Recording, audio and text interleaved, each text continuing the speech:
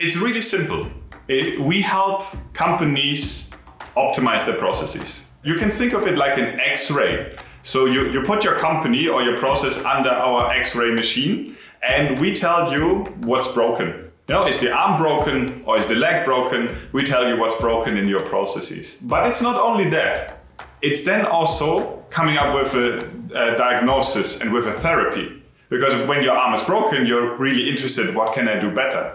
So this is where we help and guide our customers. Okay, how can I mend that broken arm? It's telling you what is wrong and then helping you doing it better. Behind the scenes of it is obviously data. So the data is basically the fuel that we use. So our technology, our software, ingests the data that is coming from different systems. It might be an SAP system, a Salesforce system. So all those IT systems, we're pumping data into our technology, into our software.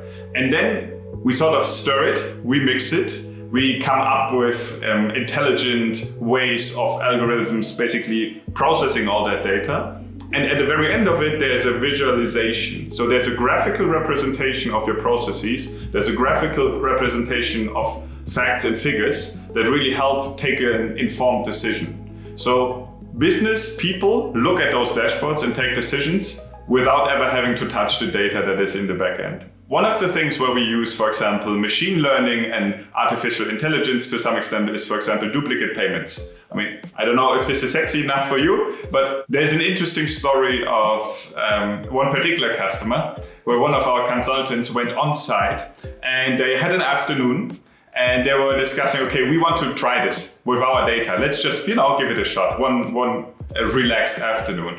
And during this afternoon, they have identified €500,000 worth of duplicate payments. So when they went out and when at the evening, this colleague of ours was coming to me and said, Sebastian, I think this has been the most productive day in my life working for Celonis, because in this one afternoon, we saved the company €500,000 due to duplicate payments. What's really interesting about Celonis is how broadly it can be applied.